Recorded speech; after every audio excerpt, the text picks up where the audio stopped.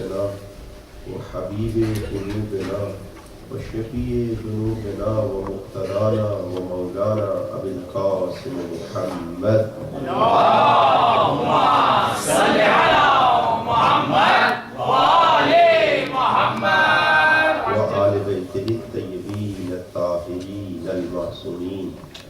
أما بعد فقد قال الله تعالى في كتابه المجيد وقوله الحق. بسم الله الرحمن الرحيم. هل أتى على الإنسان حين من الدهر لم يكن شيئا مذكورا إنا خلقنا الإنسان من نطفة أمشاج نبتليه وجعلناه سميعا بصيرا إنا هديناه السبيل إما شاكرا وإما كفورا. اللهم صل على محمد وآل محمد جناب محترم قومین اکرام بزرگان عزیز،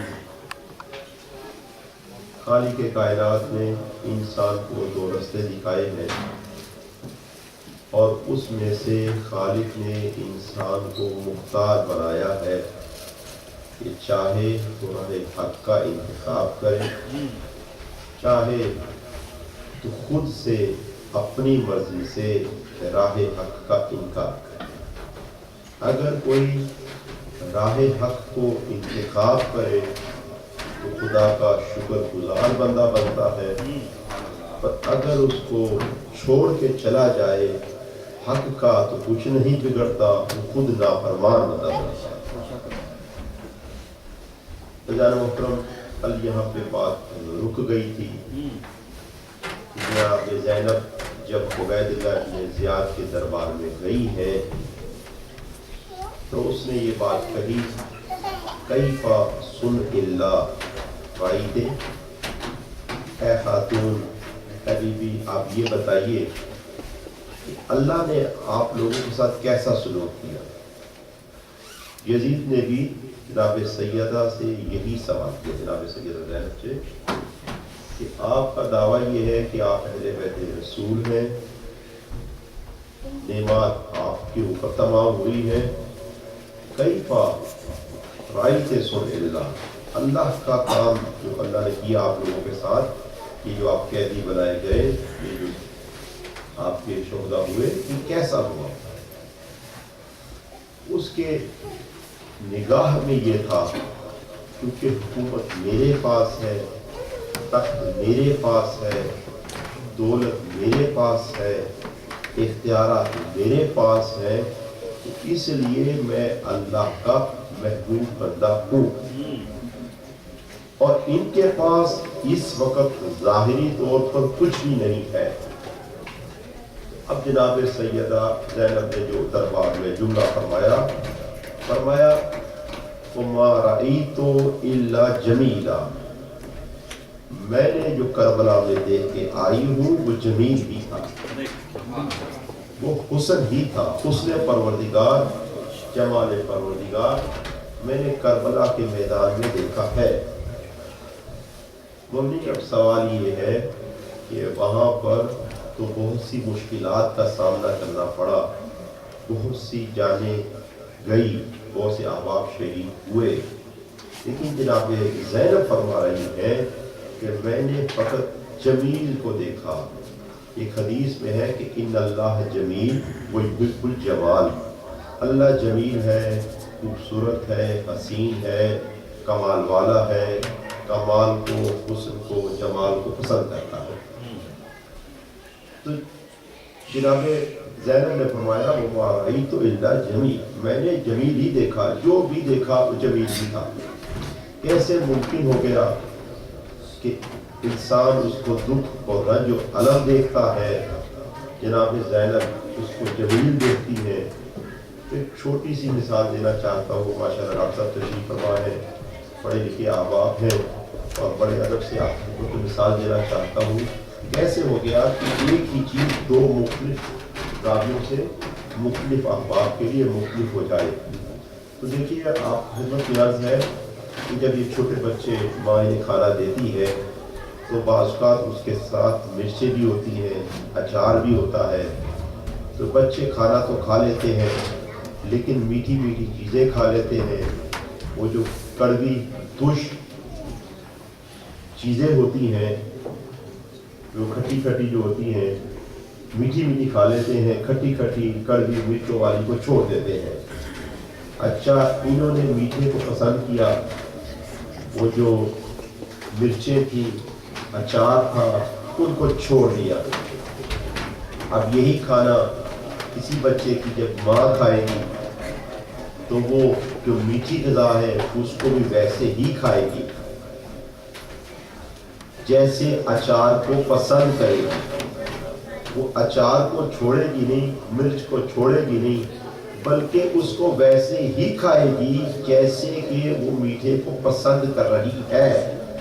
لیکن بچہ جب کھائے گا تو وہ کڑوی شے، دوسری شے، مرچوں والی کو پسند نہیں کرے گا۔ تو سبب کیا ہے؟ شاید وہ ایک ہے، ایک ماں ہے، ایک بزرگ ہے، وہ اسے پسند کر رہا ہے، بچہ اسے پسند نہیں کر رہا۔ تو معلوم ایسا ہوتا ہے کہ کیونکہ بچہ ہے، اس کا بھی ٹیسٹ ڈیولپ نہیں ہوا، اس لیے میٹھے کو پسند کرتا ہے۔ وہ ماں ہے، وہ ہر طرح کی غذا کھا چکی ہے، اس لیے وہ دونوں کو پسند کرتی ہے۔ وہ جانتی ہے، اس کے علم میں بھی ہے، معرفت میں بھی ہے کہ یہ دونوں چیزیں، میٹھا اور نمکین، دونوں اس کے وجود کے لیے فائدے مند ہے۔ تو بس اسی طرح سے معرفت کی منزلت پہ بھی احباب مختلف ہوتے ہیں، کچھ بچوں کی طرح ہوتے ہیں، کچھ بزرگوں کی طرح ہوتے ہیں۔ جو احباب معرفت کے مقام پہ بچوں کی طرح ہوتے ہیں، فقط خوشیوں کو پسند کرتے ہیں، غموں سے بھاگتے ہیں، تکلیفوں سے بھاگتے ہیں۔ لیکن وہ احباب جو معرفت کے مقام پہ بلندی کے درجے پہ فائز ہوتے ہیں، وہ خوشیوں کو بھی راہ خدا میں ایسی پسند کرتے ہیں جیسے غم کو پسند کرتے ہیں۔ دونوں چیزوں کو وہ ایسے ہی پسند کرتے ہیں۔ خدا جو کہ محبوب سب کا ہے، جو کہ معشوق وہ سب کا ہے، وہ جو سب کا مطلوب ہے۔ اب ایسی صورت میں وہ احباب جو اس کے عاشق ہوتے ہیں، کیونکہ محب کا طریقہ کار یہ ہے کہ محبوب کے راستے میں کتنی ہی زحمتیں ہوں، کتنی ہی تکلیفیں اٹھائے، محبوب ان تکلیفوں پہ صبر نہیں کرتا بلکہ اسے خوشی محسوس ہوتی ہے۔ یا اس طرح سے کہیے، پہلے تشریف فرما ہے کہ بچے کو سنبھالنا، یہ بات جانتے ہیں کہ ایزی جاب نہیں ہے، لیکن وہ جو بچے کی ماں ہے وہ تمام تر زحمتیں خوشی سے پسند کرے گی اپنے بچے کی اٹھانا، اور حتیٰ یہ کہ بچہ اگر روتا بھی ہوگا اسے خوشی سے بہلائے گی۔ تو یہ در حقیقت میں مقام اور منزلت کی بات ہے۔ جو جس سے زیادہ محبت کرتا ہے اس کے راستے میں تکلیفوں کو بھی پسند کرتا ہے، کیونکہ اہل بیت رسول کی نگاہ میں خدا سب سے بڑا محبوب ہے۔ اس کے راستے میں جو زحمتیں ہوئی، تکلیفیں ہوئی، کیونکہ وہ معشوق ہے، محبوب ہے، اس کے راستے میں جو ہوا وہ محبت کی داستان ہے۔ جو کچھ بھی ہوا وہ محبت ہی کی وجہ سے ہوا، وہ غم نہیں ہے۔ یہی وجہ ہے کہ آپ جب عبادت کرتے ہیں تو عبادت کرنے کے بعد ہاتھوں کو اٹھاتے ہیں، ربنا تقبل منا، پروردگار یہ ہماری عبادت کو قبول فرمانا۔ لیکن اہل بیت رسول پہ 11 محرم کو جب جناب زینب گئی ہے تو لاش بھائی پہ تو جملہ جو فرمایا وہ یہی ہے، ربنا تقبل منا، کہ پروردگار اس عبادت کو اپنی بارگاہ میں قبول و منظور فرمانا۔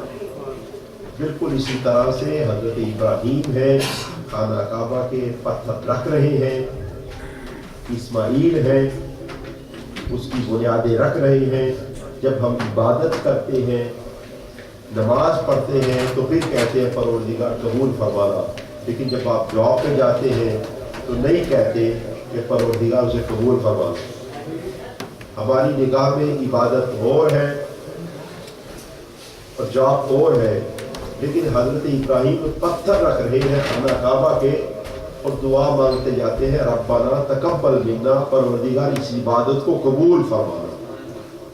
معلوم یہ ہوا کہ تنہا سجدے کرنا ہی عبادت نہیں ہے، بلکہ جو چیز بھی اس محبوب کے راستے میں کی جائے اور اس کے لیے کی جائے وہ عبادت ہے،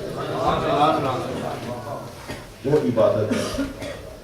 مومنین، ایک آیت مجیدہ کہ جناب زینب نے مختلف درباروں میں تلاوت فرمائی اور امام حسین نے بھی 9 محرم کو اور 10 محرم کو تلاوت کی، وہ اسی بات سے ریلیٹڈ ہے۔ سورہ آل عمران کی آیت ہے، پروردگار دو عالم ارشاد فرما رہا ہے وَلَا تَحْسَبَنَ الَّذِينَ وَلَا يَحْسَبَنَ الَّذِينَ كَفَرُوا أَنَّمَا نُمْلِي لَهُمْ خَيْرٌ لِأَنفُسِهِمْ إِنَّمَا نُمْلِي لَهُمْ لِيَزْدَادُوا إِثْمًا۔ چھوٹی سی آیت مجیدہ ہے، ترجمہ عرض کرنا چاہتا ہوں۔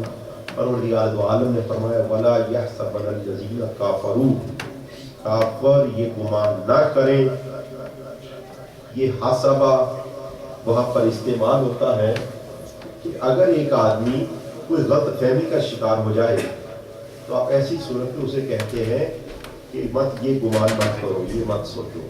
ایک آدمی فرض کرے کہیں سے 100 یورو لے کے آ گیا ہے اور اپنے آپ کو بڑا امیر سمجھ رہا ہے، تو جب آپ سے ملاقات ہوگی تو آپ یہی کہیں گے بھائی یہ غلط فہمی دور کرو، ایسا گمان نہیں کرو، یہاں پہ غریب گھر بیٹھے ہوئے۔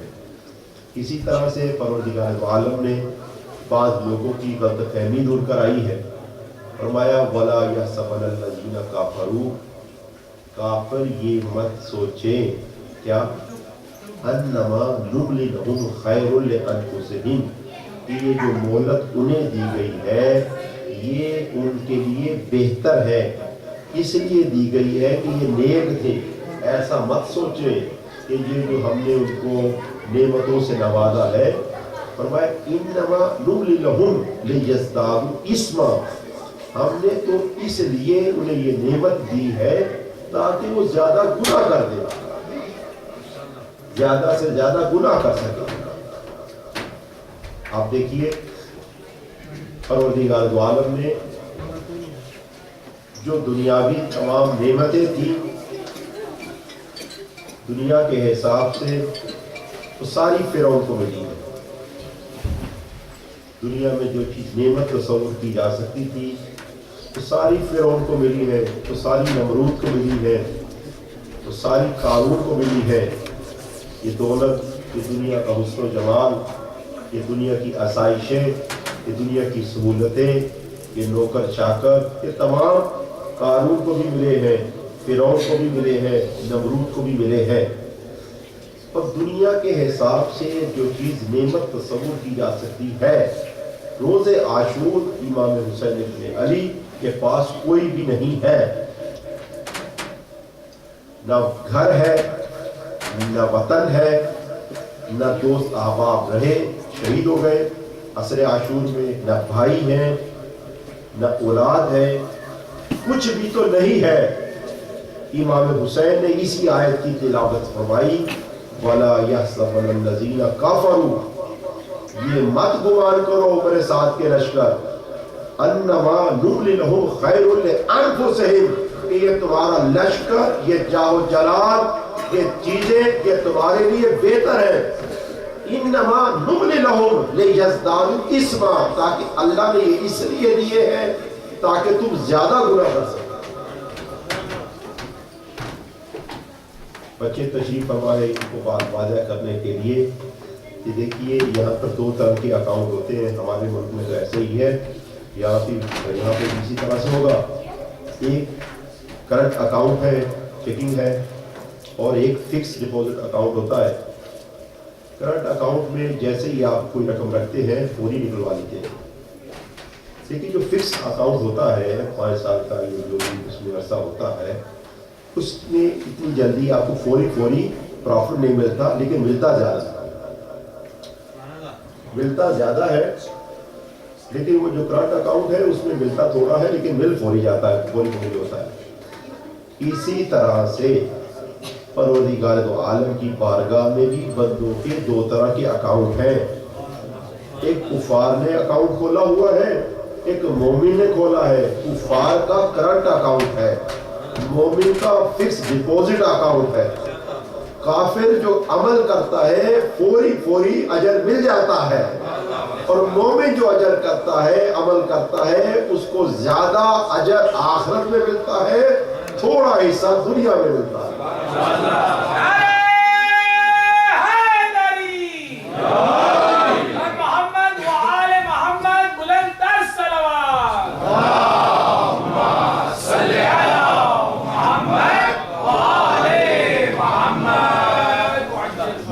تصور کرو کہ جو ہم نے تمہیں نعمتیں دی ہیں یہ تمہارے لیے بہتر ہے. تو ایسا نہیں ہے کہ جس کے پاس جو نعمت ہے وہ یہ سمجھے کہ اب جو ہے وہ میرے لیے پروردگار عالم مجھ سے خوش ہے اس لیے میری ترقی پہ ترقی ہوتی جا رہی ہے. ایسا نہیں ہے.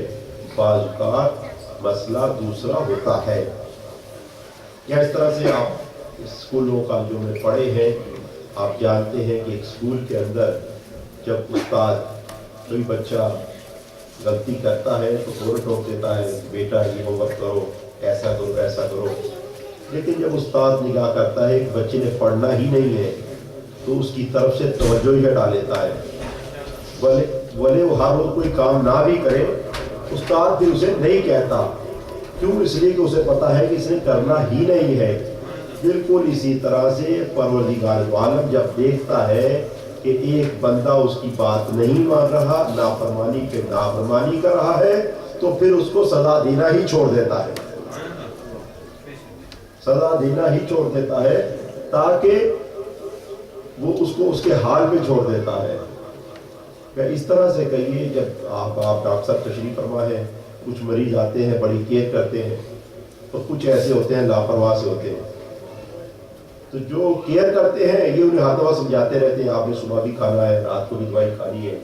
لیکن وہ مریض جو کہ اپنی بیماری کی کیئر نہیں کرتا, لاپرواہ ہوتا ہے, اور جب وہ لاپرواہی کی انتہا تک پہنچ دیتا ہے تو پھر یہ کہہ دیتے ہیں اسے گھر میں لے جائیے, جو دل چاہتا ہے اسے کھلا دیجیے. اب اس کے اوپر کوئی روک ٹوک نہیں ہے. بالکل اسی طرح سے جب خدا بند متعال دیکھتا ہے بندہ اصلاح کے قابل ہے تو اس کو زحمتوں میں بھی ڈالتا ہے, تکلیفوں میں بھی ڈالتا ہے. لیکن جب دیکھتا ہے کہ بندہ بگڑ گیا ہے پھر کہتا ہے کہ دنیا میں جو نعمت تمہیں لینی ہے لے لے, آخرت میں تیرا کوئی اجر نہیں ہے. ضرور پڑھیے گا محمد والے.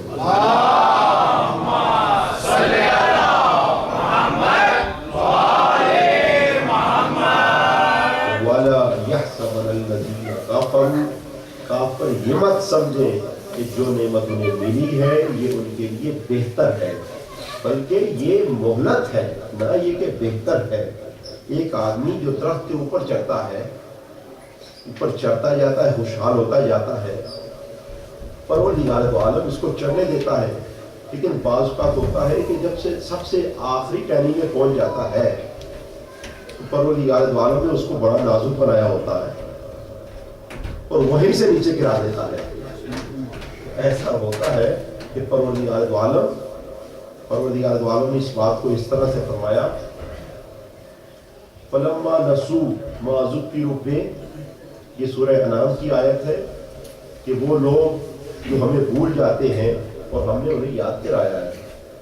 فتحنا علیہم ابواب کل شیء, فتحنا علیہم ابواب کل شیء, تو ہم ہر شے کے دروازے ان پہ کھول دیتے ہیں. حتیٰ اذا فرحوا بما اوتوا, اور وہ خوشحال ہو جاتے ہیں کہ پروردگار عالم نے بڑا کرم کر دیا, ہر شے ملنے لگ گئی ہے. فَأَخَذْنَاهُمْ بَغْتَةً, اور ایک ساتھ بھی انہیں پکڑ لیتے ہیں, ایک ساتھ انہیں پکڑ لیتے ہیں. ایک دفعہ تو ان کو کھلی چھوٹ دے دیتے ہیں اور پھر ایک ساتھ پکڑ لیتے ہیں.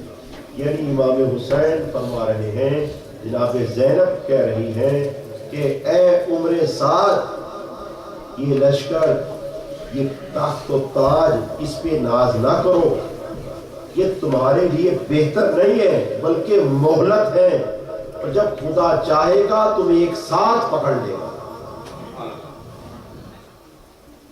جب یہ چیزیں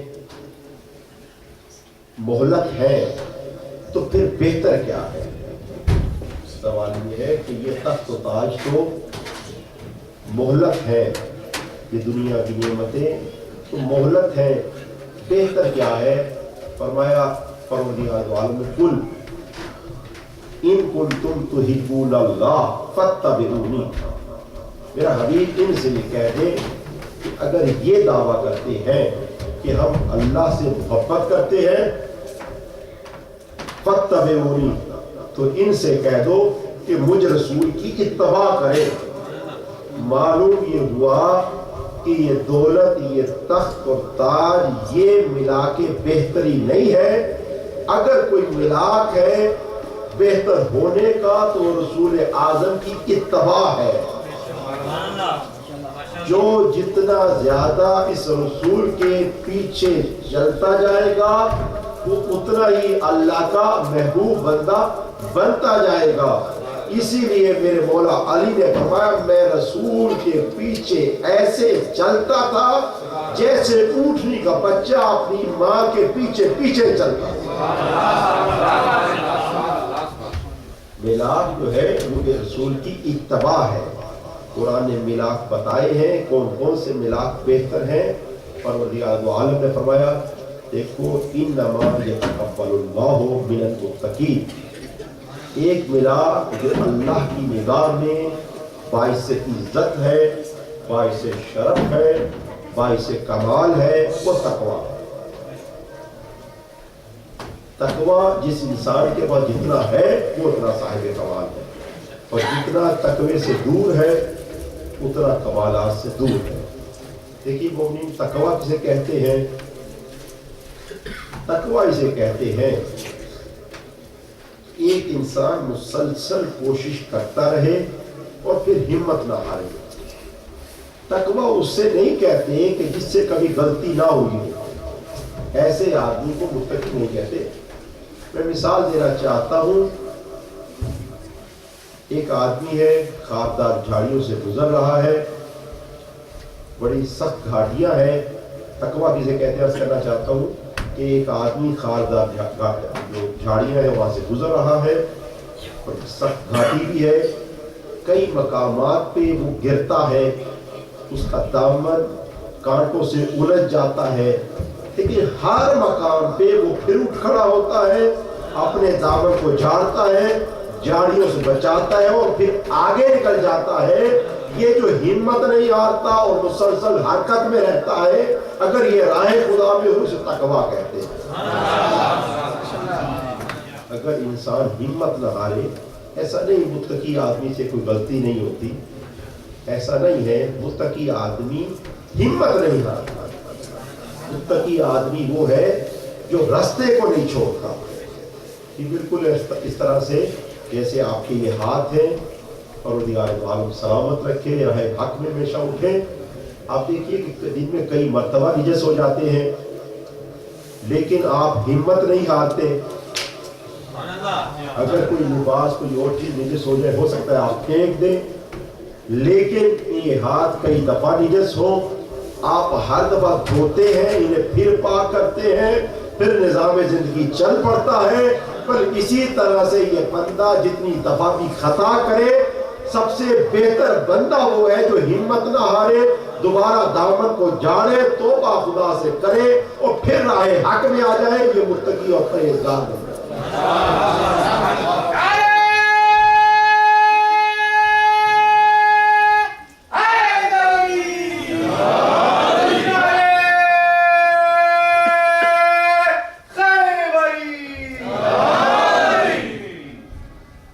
کچھ اب آپ کو تو نیند آ گئی ہے۔ ایک جگہ پہ ٹیچر نے سوال کیا کہ یہ بتائیے کہ ماں کا رتبہ زیادہ ہے یا مولانا کا رتبہ زیادہ ہے؟ بچے نے فوراً کہہ دیا مولانا کا رتبہ زیادہ ہے۔ انہوں نے پوچھا وہ کس طرح سے؟ اور میں نے دیکھا ہے ماں لوری دیتی ہے، بڑی مشکل سے ایک بچہ سوتا ہے، ماں لوری دے دے کے تھک جاتی ہے، ایک بچہ سوتا ہے. اور میں نے یہ بھی دیکھا ہے کہ مولانا اسپیچ کرتے ہیں پوری کلاس میں. دونوں ہاتھ بلند کر کے نعرے حیدری.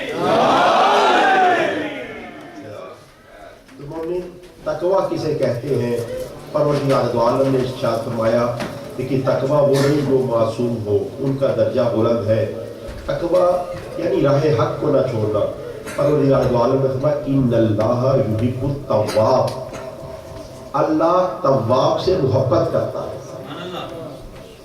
لیکن یہ نہیں فرمایا کہ ان اللہ یحب التائب، اللہ تائب سے محبت کرتا ہے. تائب کسے کہتے ہیں، تواب کسے کہتے ہیں؟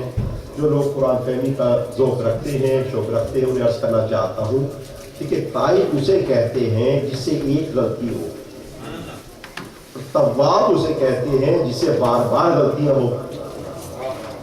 اللہ نے یہ نہیں کہا ان اللہ یحب التائب، یعنی اگر یہ کہتا ہے اس کا مطلب یہ ہوتا جو ایک غلطی کرے اللہ اس سے محبت کرتا ہے.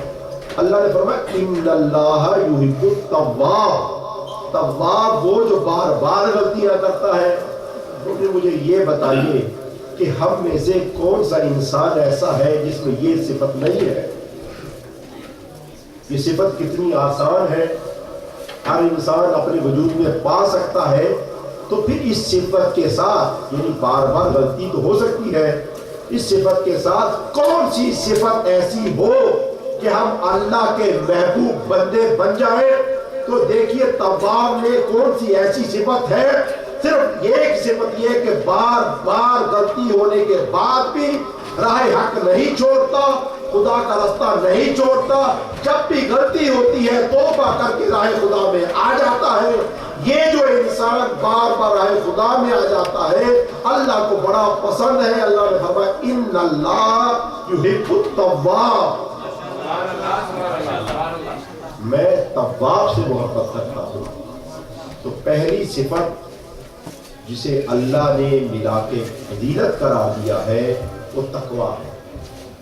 دوسری صفت جو پروردگار دو عالم نے ارشاد فرمایا سورہ زاریات کی آیت ہے وما خلقت الجن والانس الا لیعبدون، ہم نے جن و انس کو پیدا کیا ہے عبادت کے لیے. بندگی کا ادب جو ہے وہ عبادت ہے. تو ایک تقویٰ، جتنا تقویٰ پایا جائے گا اتنا انسان سبب فضیلت ہوگا، اور جتنی عبادت پائی جائے گی اتنا انسان با فضیلت ہوگا. اور پروردگار دو عالم نے ارشاد فرمایا هل يستوي الذين يعلمون والذين لا يعلمون، کیا علم والا اور جاہل دونوں برابر ہیں؟ کیا عالم اور جاہل دونوں برابر ہیں؟ خالق کا طریقہ کاری ہے کہ وہ بار بار ہم سے سوال کرتا ہے تاکہ اگر وہ نام لے کے بتا دے ہم سلسلے کو آگے نہیں چلا سکتے. لیکن اگر پروردگار دو عالم سوال کرے تو انسان کے ذہن میں بیٹھ جاتا ہے. پوچھتا ہے افمن یہدی الی الحق احق ان یتبع الا ان یہدی، کیا تمہارے سامنے دو طرح کے انسان ہیں؟ ایک وہ انسان ہے جو محتاج ہے ہدایت کا، وہ بہتر ہے، یا وہ جو ہدایت کرتا ہے؟ دو طرح کے انسان ہے. دیکھو اے انسانوں تم کیسا فیصلہ کرتے ہو؟ ایک انسان تمہیں ہدایت کی طرف لے کے جاتا ہے اور ایک وہ انسان ہے جو خود محتاج ہدایت ہے. تو جتنا زیادہ علم ہو، ہدایت ہو، اتنا انسان بہتر ہے. اور ایک چوتھی صفت جو خالق نے عطا فرمایا فضل اللہ المجاہدین علی القائدین، پروردگار دو عالم نے مجاہد کو فضیلت بخشی ہے قائد پہ. تو کون کون سی فضیلت کی باتیں ہو گئی؟ جتنا زیادہ کسی میں جہاد پایا جائے وہ انسان اتنا باعث فضیلت ہے. افمن کان مومنا کمن کان فاسقا، کیا مومن اور فاسق برابر ہیں؟ نہیں. تو ایمان جتنا پایا جائے گا اتنے سبب فضیلت بنو گے، جتنی زیادہ عبادت پائی جائے گی اتنے سبب فضیلت بنو گے. جتنا زیادہ تقوی پایا جائے گا اتنا زیادہ سبب فضیلت بنو گے. یعنی با فضیلت وہ ہے جو سب سے زیادہ تقوی رکھے, جو سب سے زیادہ علم رکھے, جو سب سے زیادہ عبادت میں آئے, جو سب سے زیادہ ایمان رکھے. اگر علم کے میدان میں دیکھنا ہو, میرے نبی نے فرمایا انا مدینۃ العلم وعلی بابھا,